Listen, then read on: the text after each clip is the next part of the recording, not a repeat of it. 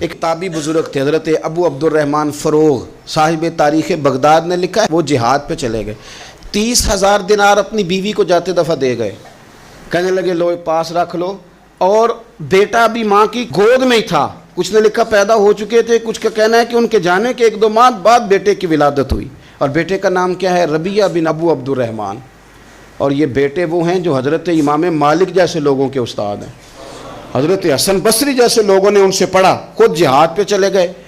آج تو فوجیوں کی نوکری ہے نا جی، ان کا یہ نظام ہے کہ وہ جاتے ہیں، انہیں تنخواہ ملتی ہے، چھٹی پہ آتے ہیں۔ اس زمانے میں یہ تھا کہ مال غنیمت سے حصہ ملتا تھا، اور فتوحات کا یہ طریقہ تھا کہ یہ علاقہ فتح ہوا تو آگے چلے گئے، وہ فتح ہوا تو آگے چلے گئے، وہ فتح ہوا تو آگے چلے گئے، کسی نے لوٹنا ہے تو پابندی نہیں تھی، لوٹ سکتا ہے۔ کچھ لوگ جہاد میں ہی رہتے تھے۔ حضرت ابو عبد الرحمن فروغ 27 سال جہاد میں رہے، 27 سال۔ یہاں تو خاوند باہر ہو تو بہت ساری عورتیں کہہ دیتی ہیں کہ تیرے ابے نے تو صرف پیسے کمائے ہیں، مصیبتیں تو ساری میں نے دیکھی ہیں۔ معاذ اللہ، بعض جگہ، سب نہیں لیکن بعض جگہ کہہ دیتی ہیں کہ وقت تے سارے میں کیتے۔ 27 سال شوہر چلا گیا، واپس ہی نہیں آیا، 30,000 دینار دے کے چلے گئے۔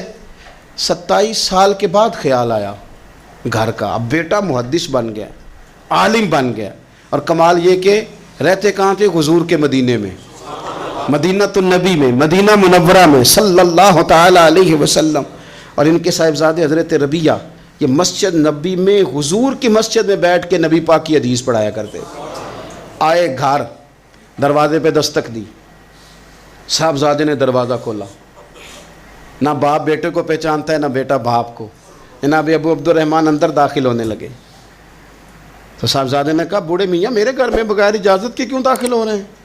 تو وہ کہنے لگے تو بتا، تو نے میرے گھر پہ قبضہ کیوں کر رکھا ہے؟ اب جب بات زیادہ بڑھ گئی تو دونوں جانب سے لوگ جمع ہو گئے، شور اٹھا تو اندر سے والدہ نے سنا، پردہ سرکا کے دیکھا کہ میرے شوہر آ گئے 27 سال کے بعد، 27 سال کے بعد۔ تو آپ اپنے صاحبزادے سے کہنے لگی بیٹا ان کو اندر آنے جو، تمہارے والد ہیں۔ بڑا روئے باپ بیٹا، بڑا روئے۔ ماں اور بیٹے کی محبت کا بھی اندازہ نہیں، پر قرآن پاک پڑھے نا تو 2 مثالیں باپ اور بیٹے کے پیار کی بھی ملتی ہیں۔ ایک حضرت یعقوب علیہ السلام کا جناب یوسف سے پیار، اور ایک حضرت ابراہیم کا حضرت اسماعیل سے پیار، اور جناب اسماعیل کی جناب ابراہیم کی فرما برداری کی مثال۔ اس کا بھی جواب کوئی نہیں۔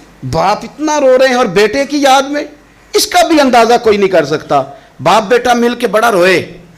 عصر کی نماز کا وقت ہو گیا، حضرت ربیعہ جو محدث ہیں وہ وضو کر کے مسجد شریف چلے گئے۔ یہ ابھی چونکہ سفر سے آئے تھے، انہوں نے کھانا وانا کھایا، تھوڑی دیر بیت گئی تو یہ نہیں پوچھا پیچھے حال کیا رہا، پوچھتے ہیں اپنی بیوی سے میرے 30,000 دینار کہاں ہیں؟ تو اہلیہ کہنے لگی مسجد جائیں نا، حضور کی مسجد میں عصر پڑھ کے آئیں، پھر میں بتاتی ہوں پیسے کہاں ہیں۔ حضرت ربیعہ نے امامہ باندھا، جبہ پہنا، حضور کی مسجد میں بیٹھے اور حدیث پاک کا درس دے رہے ہیں۔ سامنے حضرت حسن بصری جیسے، امام مالک جیسے لوگ بیٹھے ہیں۔ حضرت ابو عبد الرحمن فروغ جو ان کے والد تھے، عصر کی نماز پڑھ کے نا تو پوچھتے ہیں ایک شخص سے، یہ کون ہے نوجوان کالی داڑھی والا، عمر زیادہ نہیں پر کس طرح شوق سے حضور کا دین بیان کر رہا ہے، کون ہے؟ تو بتانے والے نے کہا کہ حضور ایک نا ابو عبد الرحمن نام کے بزرگ ہیں، وہ 27 سال سے جہاد میں گئے ہوئے، یہ ان کا بیٹا ہے۔ یہ سنا کہ میرا پتر اتنا بڑا عالم، چھم چھم آنسو بہے، داڑھی بھر گئی آنسو، حضور کی مسجد میں تشکر کے آنسو، خوب روئے، خوب روئے۔ اٹھے گھر گئے، اور جب آنسوؤں بھرا چہرہ لے کے گھر آئے تو اماں ساری بات ہی سمجھ گئی، کہنے لگی دیکھا ہے وہ بیٹے کو حدیث پڑھاتے، اب پتہ چلا میں نے آپ کے 30,000 دینار کہاں خرچ کیے، میں نے آپ کا پیسہ ضائع تو نہیں کیا۔ تو حضرت ابو عبد الرحمن فروغ فرمانے لگے رب تجھے صلہ دے اور میری طرف سے بھی دے، تو نے تو کمال کر دیا ہے۔ حدیث تیرا بیٹا پڑھا رہا تھا اور قد میرا اونچا ہوتا جا رہا تھا، سبق تیرا بیٹا دے رہا تھا اور یوں لگ رہا تھا کہ درجے میرے بلند ہو رہے ہیں۔ تو ماؤں نے کمال کیا، انقلاب کیا، بیٹیوں نے، بہنوں نے دین کے لیے ہمیشہ اپنا کردار پیش کیا ہے۔